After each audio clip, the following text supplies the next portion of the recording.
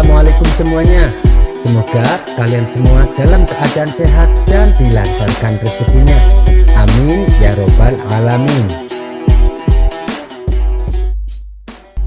Pada pertemuan kali ini akan bercerita tentang kecerdikan Abu Nawas ketika diperintah menghitung umur kematian seorang tahanan. Kisah ini dimulai dengan diadakannya hajatan besar-besaran di negeri Baghdad. Tersebutlah nama Raja Harun al-Rasyid yang punya niat merayakan pesta hari jadi kerajaan. Raja berniat untuk merayakan pesta bersama dengan rakyatnya. Dan hari yang dinanti pun telah tiba.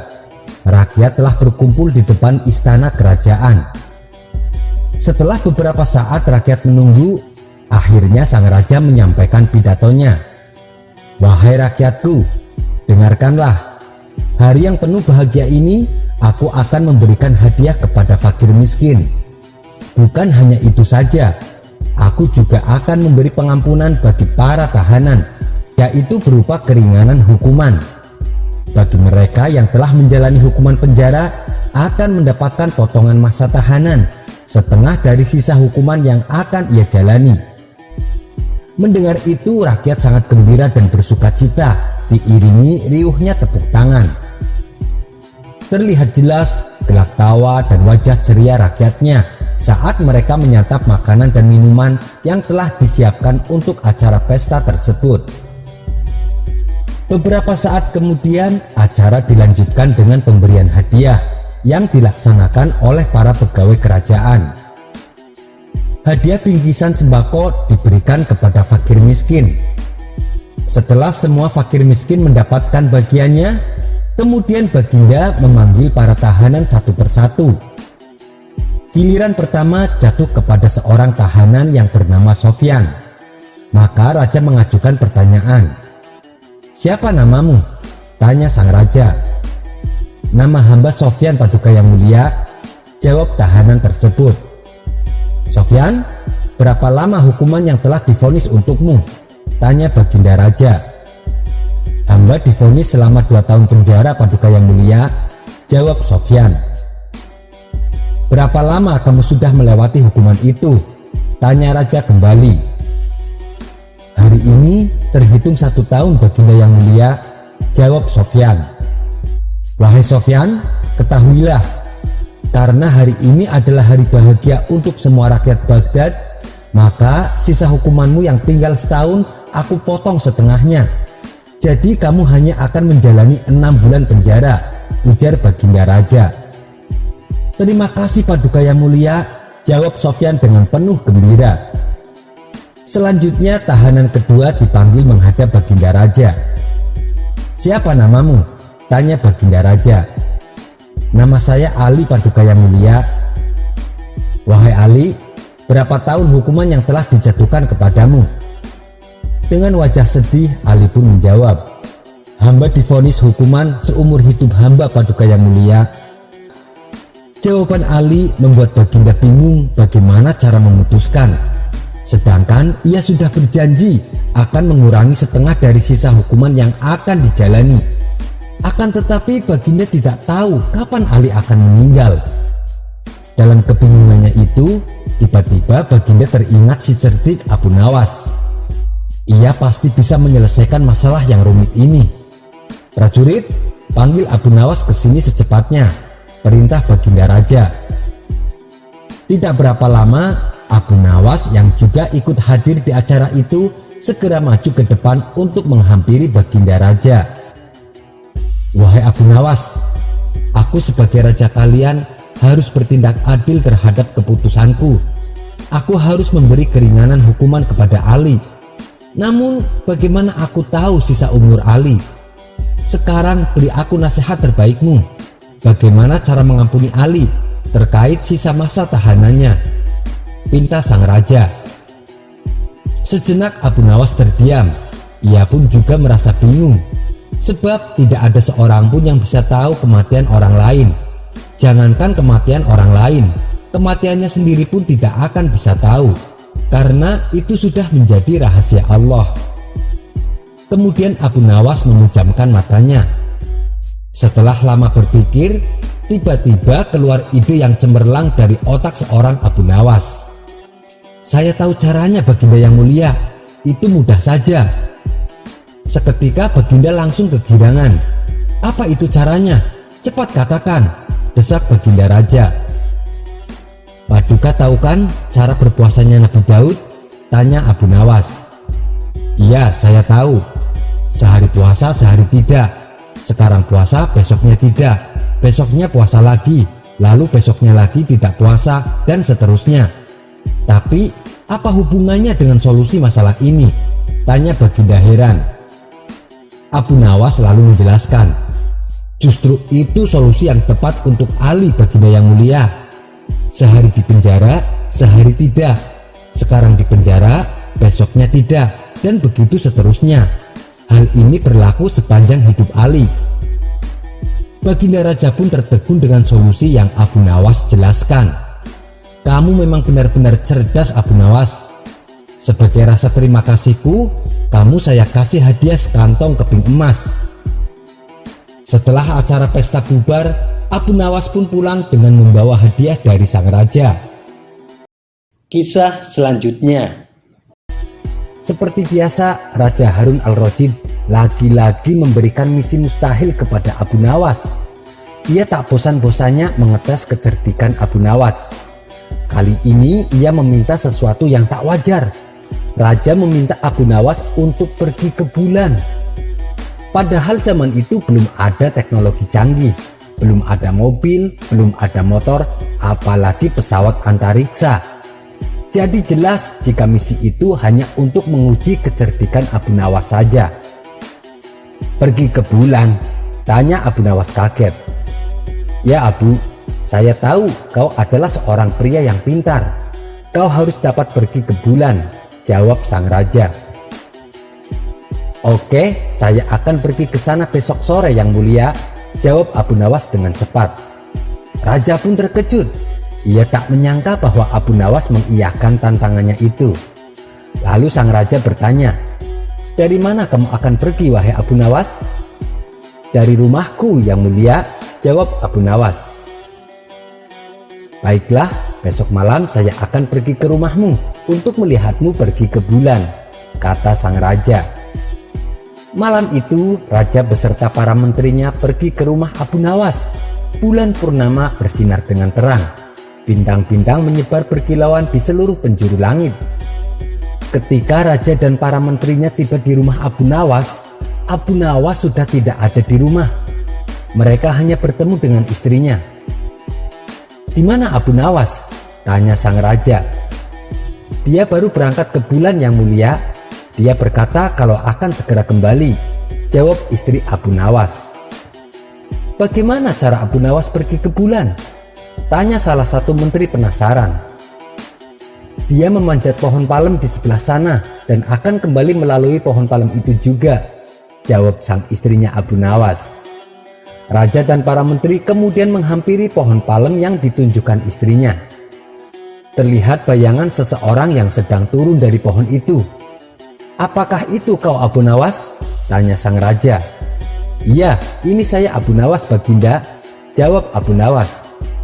"Apakah kau meneliti bulan dari pohon palem itu?" tanya sang raja. "Tidak yang mulia, saya melakukan penyelidikan ketika bulan mencapai tanah. Pohon hanya sekedar sarana untuk saya pergi ke bulan," jawab Abu Nawas. Raja Harun al-Rasyid pun tersenyum dengan perkataan Abu Nawas. Ia kemudian menanyakan apa yang dilihatnya saat di bulan.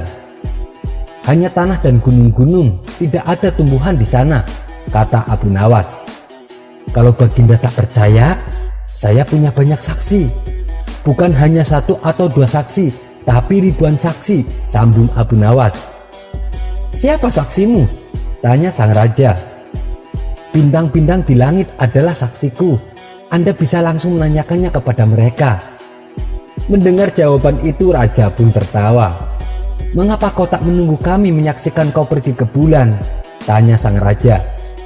"Anda terlambat yang mulia. Saya hanya dapat pergi ke bulan pada waktu tertentu saja." Begitulah kecerdikan Abu Nawas ketika menerima tantangan sang raja. Kisah selanjutnya. Diceritakan Baginda Raja beserta rombongan akan mengadakan perjalanan ke kota Basroh, suatu perjalanan yang terbilang sangat jauh dan memakan waktu berhari-hari. Agar dalam perjalanan tidak membosankan, Baginda Raja mengajak serta Abu Nawas.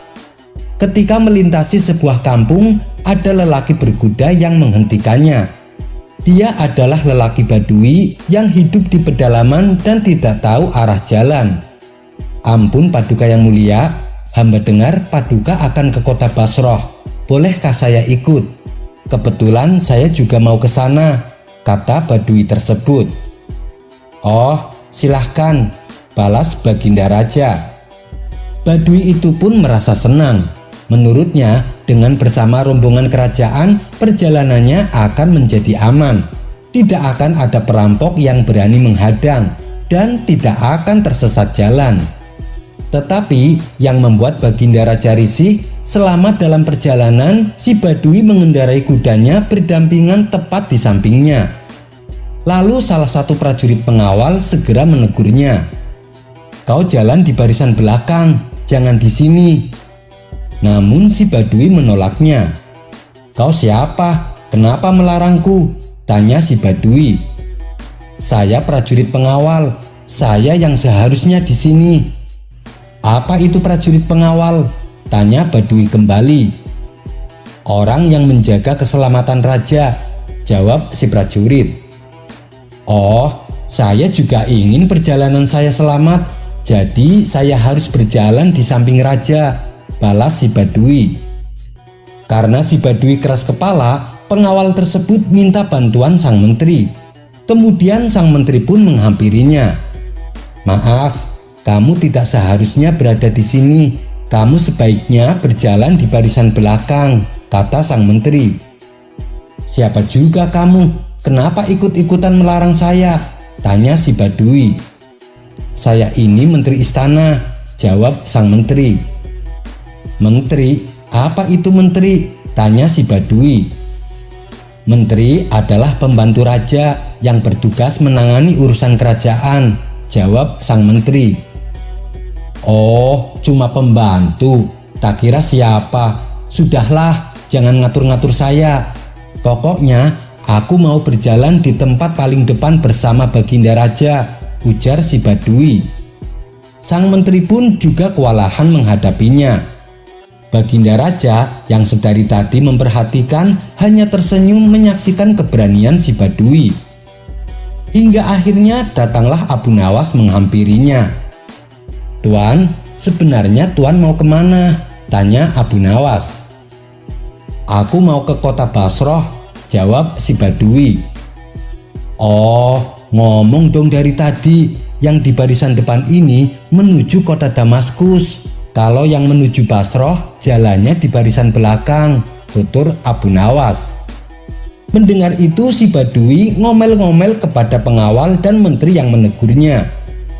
"Dasar pengawal dan pembantu gila, kenapa tidak bilang dari tadi? Untung ada orang ini yang memberitahuku." Dia pun segera pindah barisan bergabung dengan rombongan paling belakang. Melihat itu, Baginda Raja tertawa terpingkal-pingkal dengan ulah akal cerdik Abu Nawas. Kisah selanjutnya. Dikisahkan ada seorang ahli maksiat yang dikenal warga sebagai sampah masyarakat, di mana kesehariannya hanya dihabiskan dengan mabuk-mabukan dan beraktivitas di tempat pelacuran. Hingga pada suatu hari, ketika ia tenggelam dalam perbuatan dosa, ia meninggal dunia di sudut kota Basroh. Namun masyarakat tidak ada yang simpati. Jenazahnya dibiarkan tergeletak di pinggir jalan.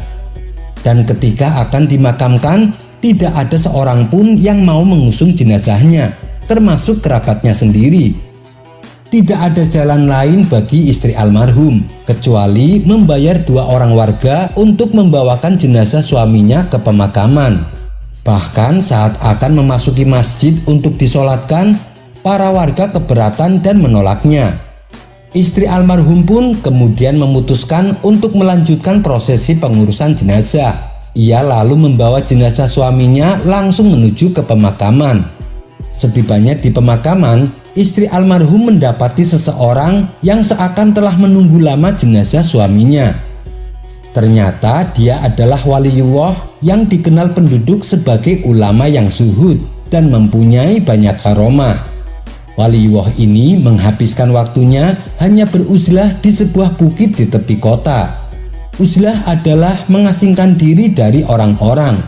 Hidupnya hanya untuk mendekatkan diri kepada Allah. Wajar bila masyarakat sangat sulit menemui beliau, apalagi sampai melihatnya berada di tengah-tengah masyarakat. Itu sesuatu yang jarang mereka jumpai. Sementara dua warga yang dibayar mengusung jenazah segera meninggalkan pemakaman dan mengabarkan kepada orang-orang bahwa waliullah tersebut berada di pemakaman untuk ikut mensolati dan mengubur jenazah. Tak berapa lama kabar ini pun tersebar di tengah masyarakat Basrah. Waliullah yang mereka segani dan hormati rela berkenan menuruni bukit dan meninggalkan uzlahnya hanya untuk mensolatkan jenazah lelaki yang dikenal sebagai ahli maksiat. Mereka lalu berduyun-duyun merapat ke lokasi pemakaman. Mereka berbaris di belakang waliullah untuk bersama-sama mensolatkan jenazah tersebut. Setelah acara prosesi pemakaman selesai, masyarakat yang terheran-heran lalu bertanya kepada waliullah itu, "Wahai Tuan Syekh, yang kami tahu jenazah ini semasa hidupnya adalah lelaki yang ahli maksiat. Namun kenapa Anda berkenan mensolatinya? Bahkan Anda ikut terlibat saat menguburkannya?"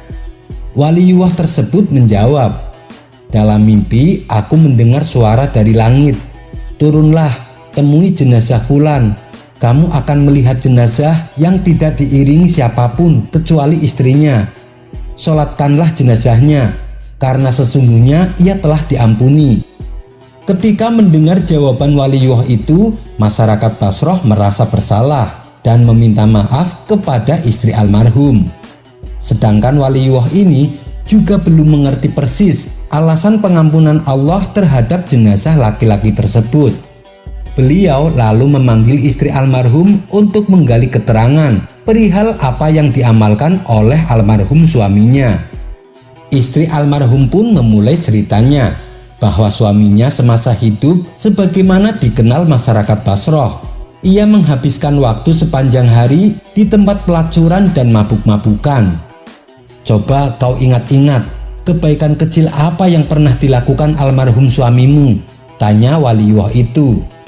Sementara orang-orang yang ada di pemakaman memperhatikan dengan seksama jawaban istri almarhum. "Ada 3 hal yang kuingat," jawab istri almarhum. "Pertama, setiap kali sadar dari mabuknya ketika menjelang waktu subuh, suamiku segera mengganti pakaiannya. Ia berwudu lalu bergegas menuju masjid untuk sholat subuh berjamaah. Kemudian sepulangnya dari masjid, ia kembali ke tempat hiburan dan tenggelam dalam dosa. Yang kedua, rumah suamiku tidak pernah sepi dari 1 atau 2 anak yatim yang disantuni. Bahkan tidak jarang kebaikan suamiku terhadap anak-anak yatim melebihi kebaikannya terhadap anaknya sendiri. Yang ketiga, saat sedang mabuk berat di tengah malam, ia sering tersadar, lalu menangis dengan penyesalannya.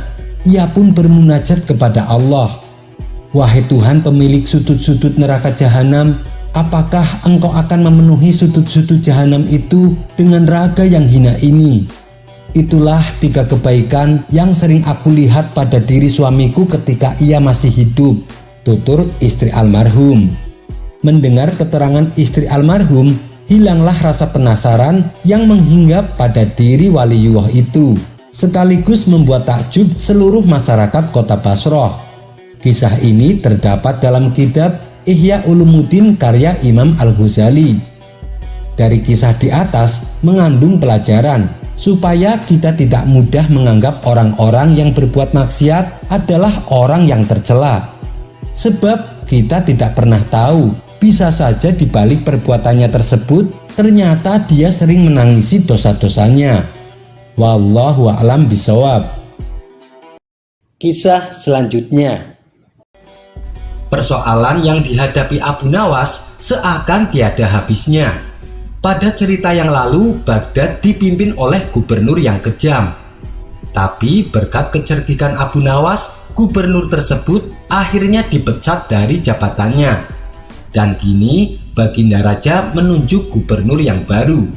Orangnya memang tidak kejam, tapi ia punya kebiasaan yang aneh, yaitu senang menertawakan orang lain. Pada suatu hari, koki istana salah mencampurkan resep. Akibatnya rasa makanannya jadi tidak enak. Tapi bukannya marah, Tuan Gubernur malah menyuruh kokinya untuk tutup mulut. Ia lalu membagikan makanan tersebut kepada semua pelayan dan bawahannya. Hampir saja mereka memuntahkan makanan itu. Namun karena tidak berani membangkang perintah Tuan Gubernur, mereka terpaksa tetap mengunyahnya. Menyaksikan mereka mengunyah dengan wajah yang aneh, ia pun tertawa terpingkal-pingkal. Tak puas sampai di situ, ia kemudian mengundang Abu Nawas dan kawan-kawannya untuk menikmati makanan yang tidak enak tersebut. Tentu saja, Abu Nawas dan kawan-kawan juga merasakan hal yang sama. Mereka terpaksa mengunyah dengan ekspresi wajah yang tak karuan. Bagi Tuan Gubernur, itu sungguh menggelikan. Ia pun tak kuasa menahan tawanya. Hingga pada suatu hari, Abu Nawas kembali menghadap Tuan Gubernur. Kedatangannya kali ini untuk mengundangnya meresmikan sebuah masjid yang baru saja dibangun. Tentu saja aku akan hadir, asalkan kau mau memakai baju yang kuberikan padamu, kata Tuan Gubernur. Baju pemberian gubernur pasti bagus, aku sungguh beruntung, pikir Abu Nawas yang langsung mengangguk setuju. Mata Abu Nawas lalu ditutup, kemudian ia dipakaikan baju baru tanpa diberi kesempatan untuk berkaca. Kau tampak gagah dan pantas Abu Nawas, semua orang pasti akan memandangmu. Sekarang silahkan pulang, besok aku pasti akan datang, kata Tuan Gubernur sambil menahan tawa. Abu Nawas pun merasa sangat senang dan bangga. Ia pulang dengan riang gembira. Dan benar saja, di sepanjang perjalanan, semua orang terpana memandang penampilannya. Hal ini membuat Abu Nawas semakin percaya diri. Setibanya di rumah, sang istri langsung berkata kepadanya, "Apa-apaan kau ini? Memalukan. Lekas, copot bajumu dan basuh mukamu dengan air." Mendapati reaksi berbeda dari istrinya, Abu Nawas merasa penasaran. Ia pun segera berkaca di depan cermin. Tampaklah kedua pipi Abu Nawas berwarna hitam. Dan ketika bajunya dilepas, di belakangnya terdapat tulisan, "Aku orang bodoh." Kurang ajar, dasar gubernur somplak, aku telah dikerjai olehnya. Jadi sewaktu ia menutup mataku, tangannya mengoleskan bedak hitam ke pipiku, geram Abu Nawas dalam hati. Sementara Tuan Gubernur tertawa terbahak-bahak di istananya sendiri. Ia tak bisa membayangkan bagaimana Abu Nawas ditertawakan orang-orang. Keesokan harinya, setelah Tuan Gubernur meresmikan pembangunan masjid, ia berjalan menghampiri Abu Nawas. "Nanti sore datanglah ke istanaku. Ada sesuatu yang penting ingin kubicarakan," kata Tuan Gubernur. Abu Nawas pun mengiyakannya. Namun dalam hati ia berkata, "Kali ini aku jangan sampai tertipu olehnya. Aku harus tetap waspada." Singkat cerita, pada sore harinya duduklah Abu Nawas bersama gubernur di istananya yang megah. "Apa yang ingin Tuan bicarakan? Katakanlah," tanya Abu Nawas mulai curiga. Akan tetapi dugaan Abu Nawas keliru. Tuan Gubernur justru berbicara serius mengenai kondisi rakyat Baghdad. Ia meminta kepada Abu Nawas untuk mendata orang-orang miskin supaya bisa mendapatkan bantuan. Tak hanya itu, Tuan Gubernur juga berencana mendirikan madrasah-madrasah gratis agar anak-anak Baghdad bisa mendapatkan pendidikan. Perbincangan kedua orang ini pun menyita waktu lumayan lama. sehingga tak terasa waktu sudah beranjak malam. Baiklah Tuan Gubernur, berhubung pembicaraan kita sudah selesai, saya mau pamit pulang, kata Abu Nawas. Tapi ini sudah larut malam Abu Nawas, kenapa tidak menginap di sini saja? Tawar sang gubernur. Apa tidak merepotkan? Tanya Abu Nawas. Kenapa merepotkan? Istana ini dibangun dari uang rakyat Abu Nawas. Jadi kamu berhak untuk menginap di sini, balas Tuan Gubernur. Mendengar hal itu, Abu Nawas yang tadinya benci setengah mati, kini berubah menjadi rasa kagum. Tidak kusangka, di balik sifat usilnya yang kelewatan, ternyata dia adalah gubernur yang peduli dengan rakyatnya, gumam Abu Nawas. Abu Nawas pun dengan senang hati menerima tawaran untuk menginap di istana. Maka diantarlah Abu Nawas ke sebuah kamar yang sudah disiapkan. Ketika ia membaringkan tubuhnya di ranjang, beberapa menit kemudian tubuhnya merasakan gatal-gatal. Rupanya ranjang tersebut telah ditaburi bubuk gatal. Ia pun mencoba mencari bedak untuk mengobatinya, dan bedak yang ia cari berada di atas meja. Segera saja ia menaburinya ke seluruh tubuh. Namun bedak tersebut juga merupakan jebakan, karena ternyata bedak yang ia pakai sudah dicampuri bubuk bersin, sehingga dalam waktu semalaman ia bersin terus-menerus. Kurang ajar, tunggu saja nanti pembalasanku, kata Abu Nawas geram. Seminggu kemudian terdengar kabar Tuan Gubernur akan mengadakan pesta syukuran atas tahun kelahirannya. Semua warga diundang, baik pejabat maupun rakyat biasa, tak terkecuali Abu Nawas. Disinilah Abu Nawas mulai melancarkan aksi balas dendamnya. Sehari sebelum pesta dilaksanakan, Abu Nawas berpura-pura ingin membantu segala macam persiapan pesta. Tentu saja niat Abu Nawas ini disambut baik oleh Tuan Gubernur.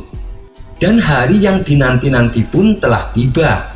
Ketika acara pesta berlangsung, Tuan Gubernur tampil dengan jubah kebesarannya yang membuat para hadirin berdecak kagum. Namun, kekaguman mereka seketika berubah menjadi tertawaan. Tuan Gubernur yang tak menyadari hal ini mengira bahwa mereka tertawa karena gembira. Ayo, nikmati semua hidangan ini, kata Tuan Gubernur mempersilahkan. Para tamu undangan yang hadir segera menyantap hidangan. Begitu pula dengan Tuan Gubernur. Namun tak berapa lama, Tuan Gubernur memuntahkan kembali makanannya. Sementara orang-orang tampak asik memakannya dengan lahap. Kenapa rasanya tidak enak dan menjijikan? Padahal hidangannya sama dengan mereka, pikir Tuan Gubernur. Kemudian ia pun memilih untuk tidak ikut makan. Ia berjalan menuju kursi singgasananya. Tapi ketika ia mulai duduk di atas singgasana, tiba-tiba pantatnya merasakan gatal-gatal yang teramat sangat. Hal ini membuatnya bertingkah seperti orang aneh. Ia menggaruk-garuk pantatnya sampai dengan posisi menungging. Para tamu undangan yang hadir spontan tertawa dibuatnya. Setelah rasa gatalnya agak mereda, ia mengambil sapu tangan untuk mengelap keringat di wajahnya. Kejadian tidak mengenakan kembali dialami. Tanpa sebab, ia bersin terus-menerus hingga acara pesta selesai. Ketika pesta telah berakhir, para tamu undangan pun satu persatu menyalaminya. Terima kasih atas jamuannya wahai Gubernur tolol, kata tamu pertama. Begitu pula dengan tamu kedua dan seterusnya. Mereka semua mengatakan hal yang sama. Kurang ajar kalian, berani-beraninya menyebutku seperti itu, bentak Tuan Gubernur. Tapi bukankah Tuan yang meminta kami memanggil demikian? Coba baca tulisan di punggung jubah Tuan, balas mereka. Akhirnya Tuan Gubernur mulai menyadari bahwa ada seseorang yang telah mengerjainya. Ulah siapa ini? "Ayo mengaku!" teriaknya penuh amarah. Suasana yang tadinya meriah mendadak menjadi hening dan semua para tamu undangan terdiam. "Saya Tuan Gubernur," jawab Abu Nawas. Orang-orang pun menatap ke arah Abu Nawas. "Apa maksudmu dengan perbuatan ini? Kau telah mempermalukan aku di hadapan orang-orang," bentak Tuan Gubernur. "Itu akibat ulah Anda sendiri, Tuan. Di hari istimewa ini, saya membuat Anda merasakan lelucon yang Anda buat untuk orang lain. Semua lelucon ini berasal dari Anda. Jika Anda tak senang, berhentilah mengusili orang lain. Orang lain pun tak senang dan malu bila diperlakukan demikian," jelas Abu Nawas. Mendengar itu, Tuan Gubernur hanya terdiam. Ia baru sadar kalau ia keterlaluan, dan ia berjanji akan menjadi gubernur yang baik.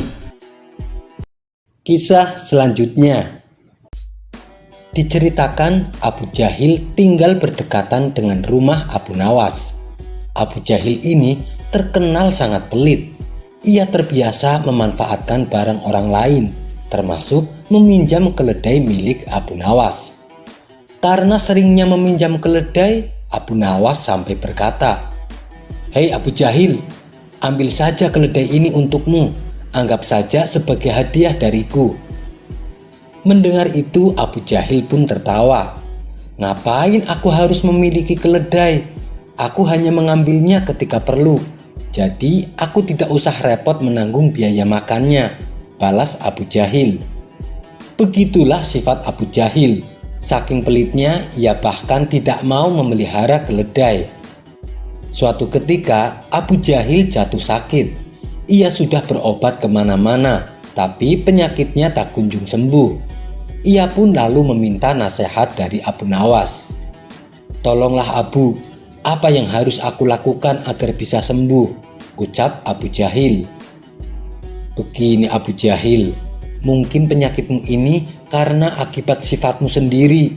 Hilangkanlah sifat pelit dan bakhilmu. Insya Allah penyakitnya bisa hilang," tutur Abu Nawas. "Baiklah Abu, saya bernazar kalau saya sembuh, saya akan mentraktir kawan-kawan kita," balas Abu Jahil. Tidak berselang lama, akhirnya Abu Jahil sembuh dari penyakitnya. Ia pun kemudian menemui Abu Nawas. "Kamu sudah sembuh Abu Jahil?" tanya Abu Nawas. "Alhamdulillah Abu Nawas, dan saya berniat akan melaksanakan nazarku.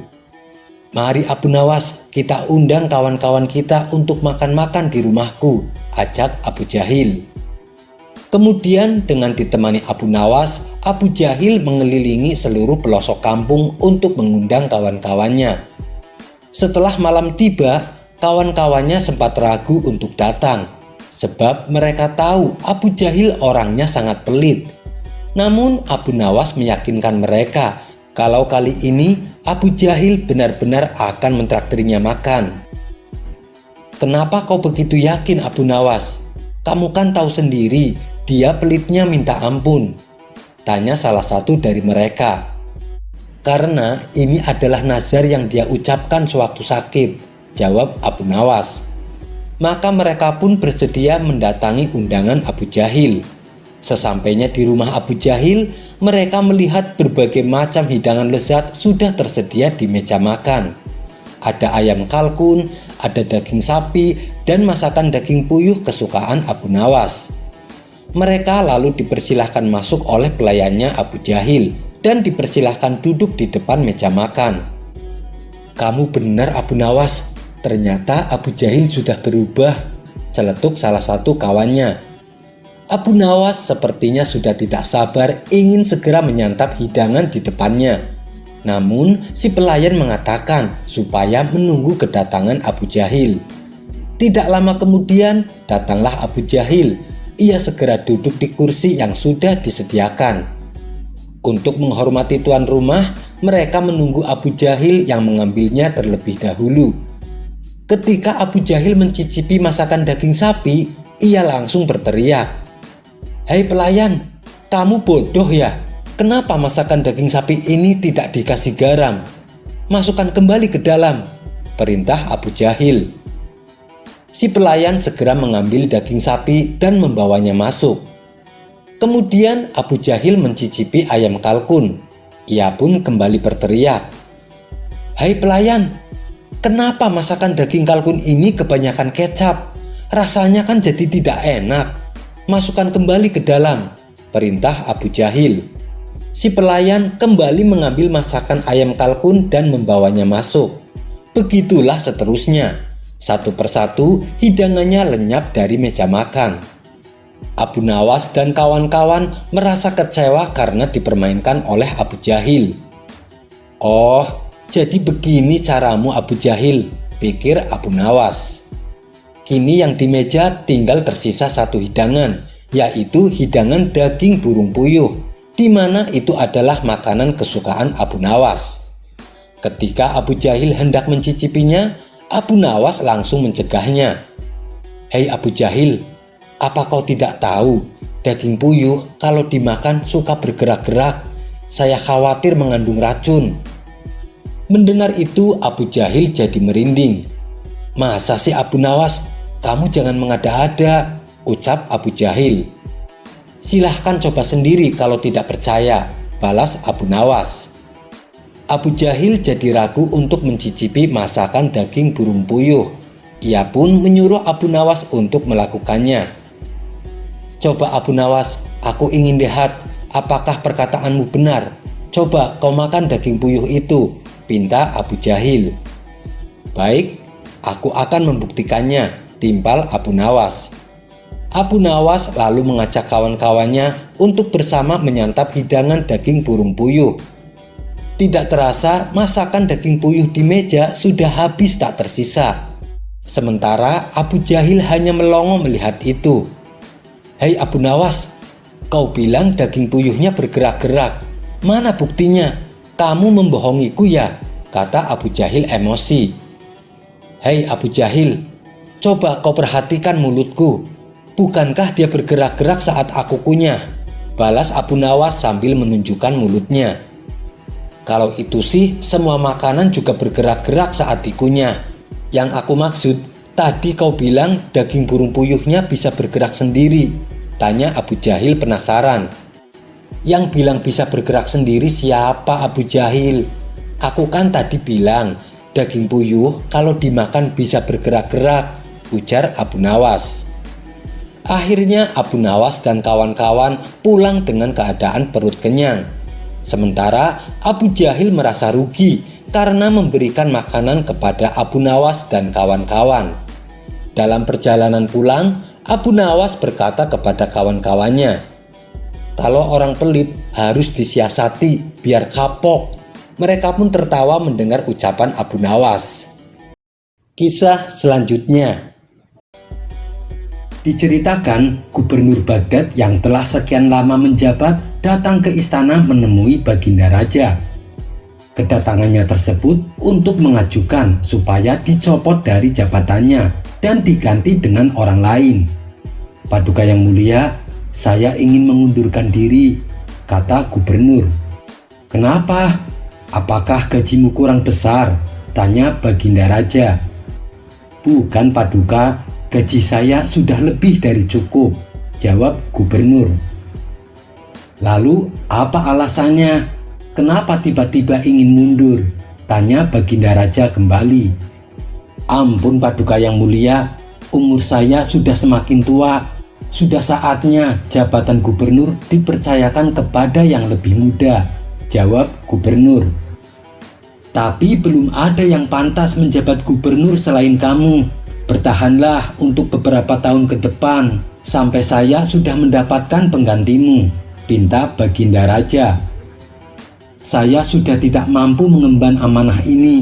Saya sudah terlalu tua Paduka," balas gubernur. Akhirnya dengan berat hati Baginda Raja mengabulkan permintaannya. Beberapa hari kemudian Baginda Raja memanggil Abu Nawas untuk diajak berkonsultasi. "Wahai Abu Nawas, seperti yang kau ketahui, Baghdad sedang butuh seorang gubernur. Menurutmu siapa yang pantas menjabatnya?" tanya Baginda Raja. Ini perkara yang sulit, Paduka. Karena kalau sampai jatuh ke tangan yang salah, maka masyarakat Baghdad bisa sengsara. Apalagi para menteri istana. Mereka semua rata-rata gila jabatan dan harta. Jangan sampai di antara mereka dijadikan gubernur Baghdad, tutur Abu Nawas. Lalu apa solusinya? Tanya Baginda Raja kebingungan. Kita adakan sayembara saja, Paduka. Siapa yang bisa menjawab pertanyaan dengan baik, maka dialah yang berhak jadi gubernur, usul Abu Nawas. Terus pertanyaan macam apa yang akan diajukan? Tanya Baginda Raja. Pertanyaannya adalah, apa yang paling penting bagi seorang raja? Balas Abu Nawas. Itu sih pertanyaan mudah, Abu Nawas. Yang terpenting adalah berbuat adil, jawab Baginda Raja. Berbuat adil menurut Paduka belum tentu adil menurut rakyat Paduka. Berarti jawaban tersebut salah, ujar Abu Nawas. Ternyata susah juga ya Abu Nawas. Baiklah, besok umumkan sayembaranya, perintah Baginda Raja. Singkat cerita, setelah sayembara tersebar sampai ke pelosok negeri, orang-orang berbondong-bondong untuk mendaftar, baik dari kalangan rakyat biasa sampai dari keluarga pejabat istana. Namun dari sekian banyak peserta, tidak ada satupun yang menjawab dengan benar. Lalu salah satu menteri istana mengantarkan kerabatnya untuk mendaftar.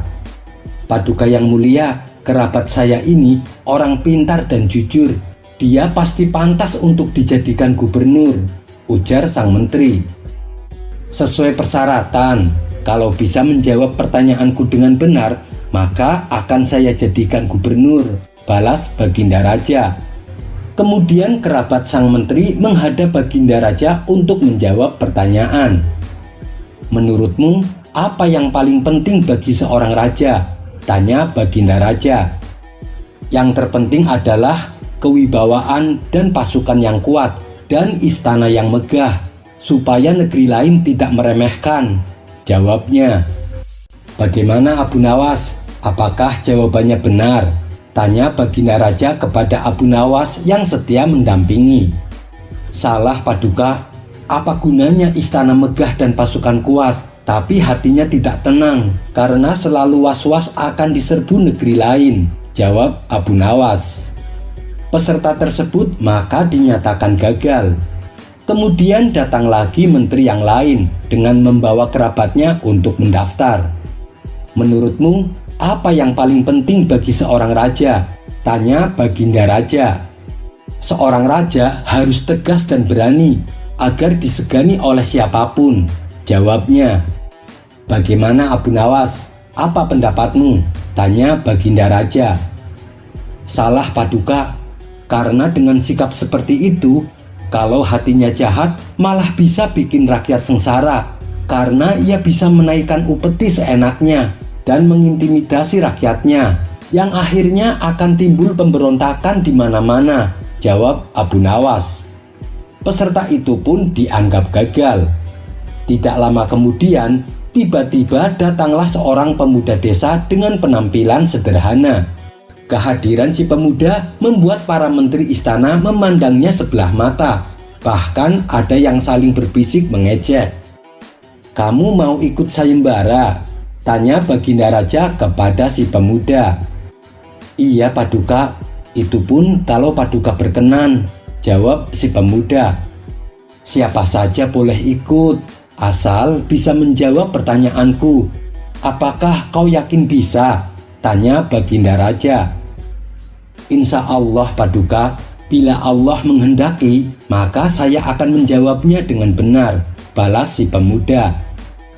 Baiklah, menurutmu apa yang paling penting bagi seorang raja? Tanya Baginda Raja. Yang paling penting bagi seorang raja adalah kepercayaan rakyatnya, jawab si pemuda. Baginda Raja dan Abu Nawas tertegun mendengar jawabannya. Kenapa? Apa alasannya? Bagaimana bila negeri lain akan menyerbu? Dan bagaimana bila muncul pemberontakan-pemberontakan dari dalam negeri sendiri? Tanya Baginda Raja. Dengan rakyat percaya, maka akan timbul kecintaan pada rajanya. Apabila diserbu negeri lain, seluruh rakyat akan dengan semangat ikut berjuang, membela negerinya dari serangan musuh. Dan apabila timbul pemberontakan-pemberontakan, dipastikan itu adalah ulah para pengkhianat. Tapi seluruh rakyat pasti akan membantu raja untuk memberantas para pengkhianat tersebut. Adanya rakyat cinta dan percaya karena raja bersikap bijak dan menyayangi rakyatnya. Tidak semena-mena menaikkan upeti, tidak menyengsarakan rakyat. Dan pastinya rakyat akan hidup makmur sejahtera, tutur si pemuda. Bertambah kagumlah Abu Nawas dan Baginda Raja dengan penuturan si pemuda. "Bagaimana menurutmu Abu Nawas?" tanya Baginda Raja. Paduka sudah mendengar sendiri kan jawabannya, dan saya sangat kagum Paduka. Saya rasa dia pantas untuk menjabat jadi gubernur, jawab Abu Nawas. Saya juga sependapat denganmu Abu Nawas. Saya setuju bila dia dijadikan gubernur yang baru, timpal Baginda Raja. Akhirnya si pemuda pun diangkat menjadi gubernur Baghdad yang baru. Kisah selanjutnya.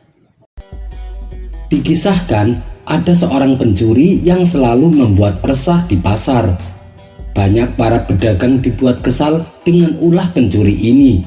Pasalnya, barang-barang dagangannya sering berkurang karena dicuri. Bahkan ia tak hanya mencuri barang milik pedagang, tapi terkadang ia juga mencuri barang milik pembeli.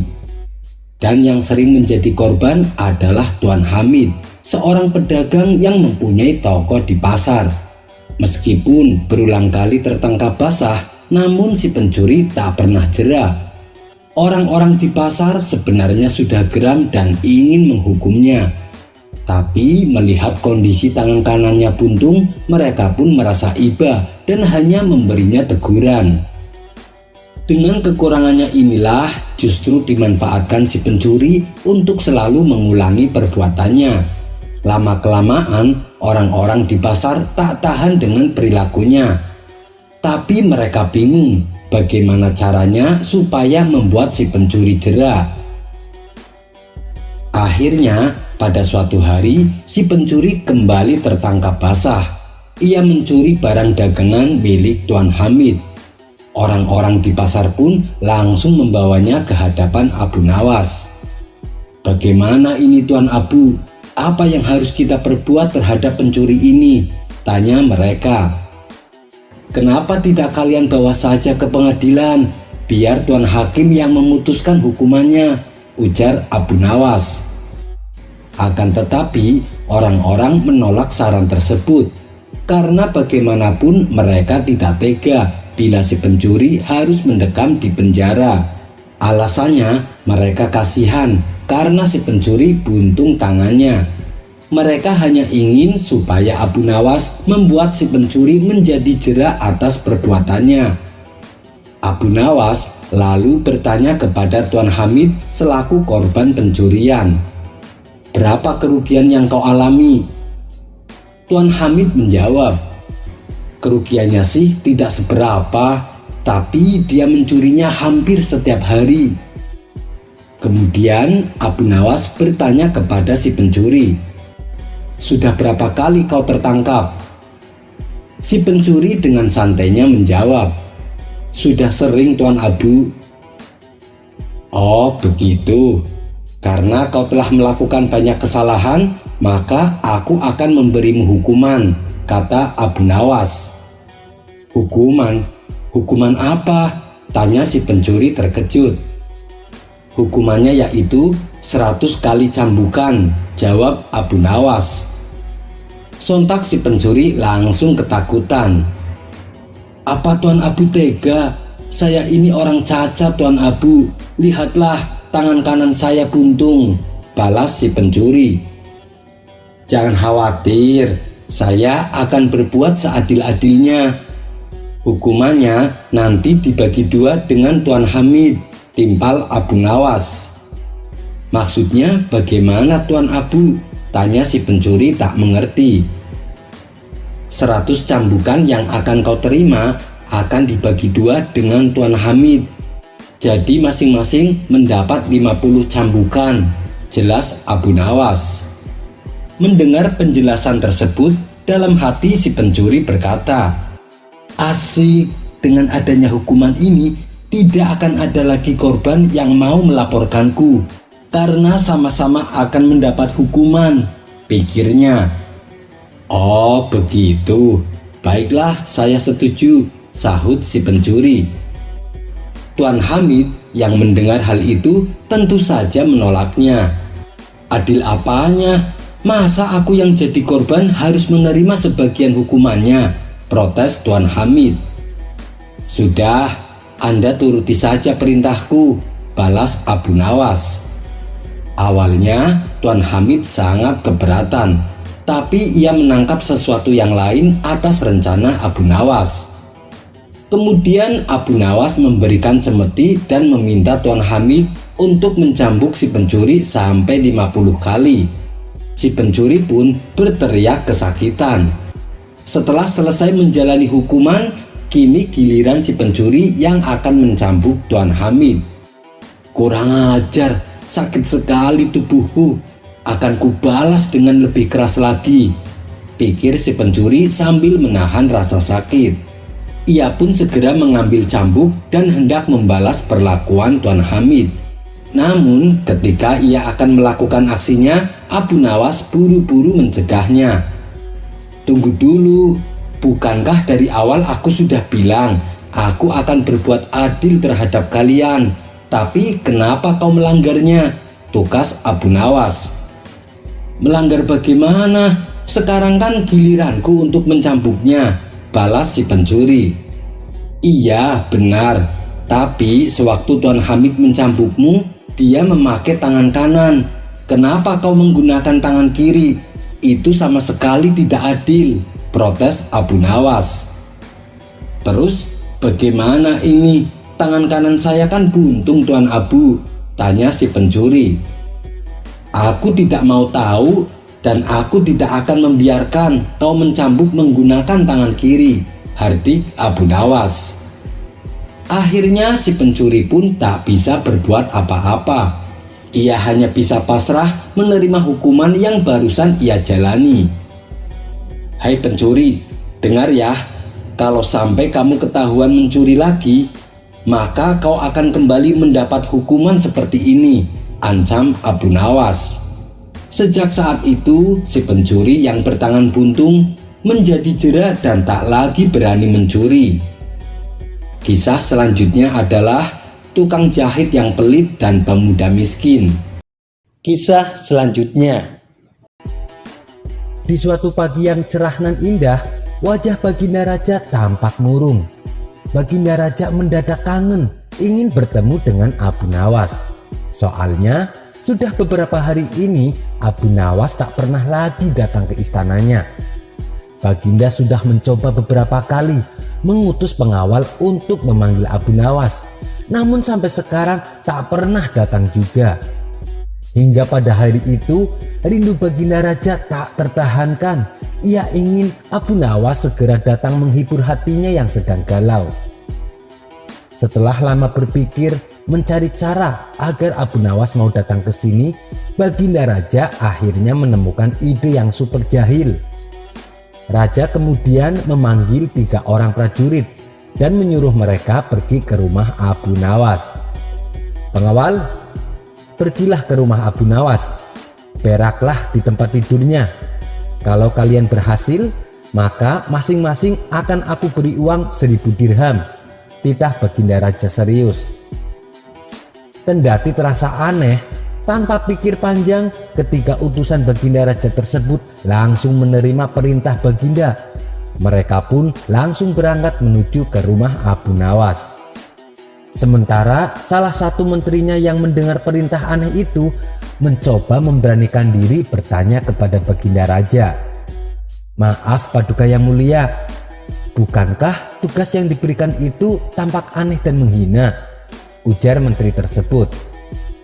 Iya, memang benar, tapi itulah siasatku agar Abu Nawas segera hadir ke istana, jawab Baginda terkekeh-kekeh. Terus, apakah gerangan rencana Baginda? Tanya menteri itu kembali masih tak paham. Nanti kamu akan mengetahuinya. Sekarang kamu ikutilah ketiga anak buahmu itu dan intailah mereka, perintah Baginda Raja. Dan sampaikan kepada Abu Nawas, bila dia berhasil menggagalkan tugas prajurit itu, maka ia akan aku beri uang 1000 dirham. Dan sekaligus ia boleh memukul para prajurit itu. Dengan perasaan yang masih bingung, menteri itu segera melaksanakan perintah Baginda Raja. Dia segera berkemas dan menuju ke rumah Abu Nawas.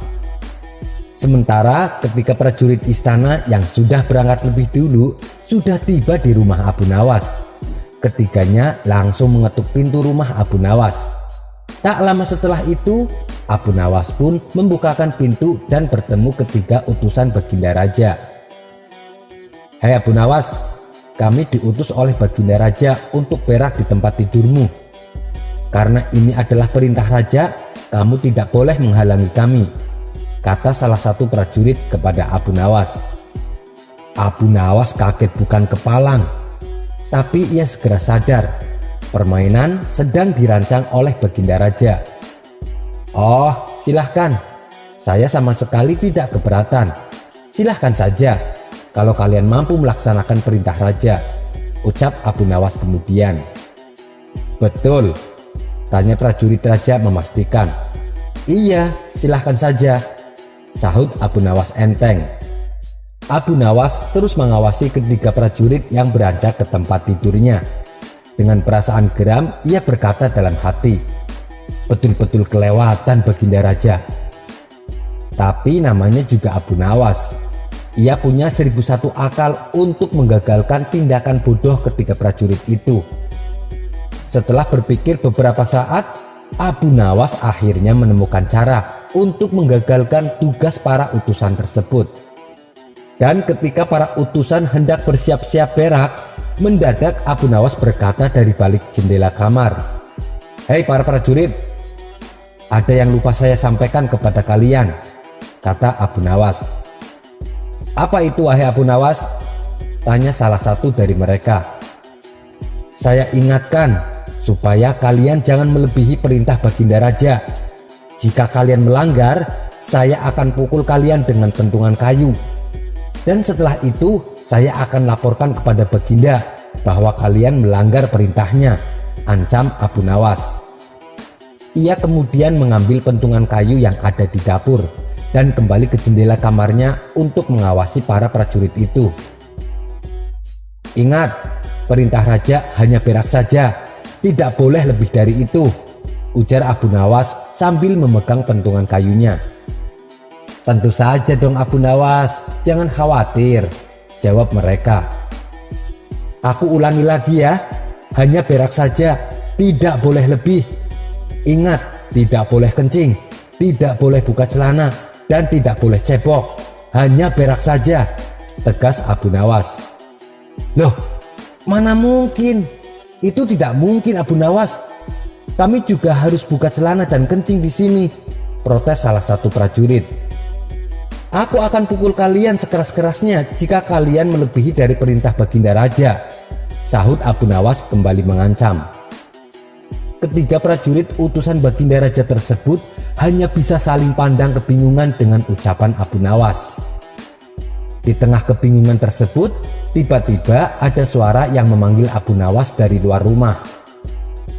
Rupanya menteri utusan Raja sudah tiba di rumah Abu Nawas.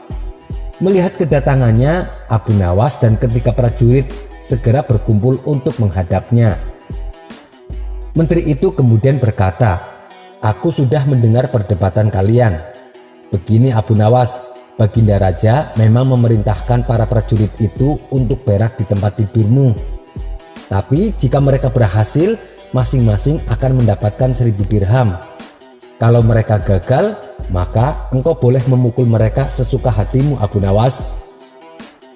"Oh begitu. Lalu hadiah dari Baginda untukku berapa Tuan Menteri?" tanya Abu Nawas dengan mata berbinar. "Sekarang juga engkau boleh menghadap Baginda Raja untuk menerima 3000 dirham, jawab sang menteri. Mendengar itu, Abu Nawas dibuat kaget serta gembira. Sebelum menghadap baginda raja, pandangan Abu Nawas kembali tertuju kepada 3 prajurit itu. Dengan membawa pentungan di tangannya, Abu Nawas langsung mengejar ketiga prajurit tersebut yang tadinya akan berak di tempat tidurnya. Mereka pun langsung lari terbirit-birit. Setelah ketiga prajurit itu menghilang, Tuan Menteri berkata lagi, "Abu Nawas, baginda raja memang mengutus para prajurit tadi untuk berak di tempatmu, karena baginda yakin engkau pasti bisa menggagalkan mereka dengan kecerdikanmu, dan baginda memang menginginkan kehadiranmu di istana untuk menghibur hatinya yang saat ini sedang gundah gulana," jelas Tuan Menteri itu. Abu Nawas pun setuju. Mereka segera berangkat menuju istana untuk memenuhi panggilan baginda raja, sekaligus mengambil hadiah 3.000 dirham. Sekian dulu perjumpaan kita kali ini. Sampai bertemu lagi di kisah selanjutnya. Terima kasih yang sudah subscribe dan setia menonton channel ini. Wassalamualaikum warahmatullahi wabarakatuh.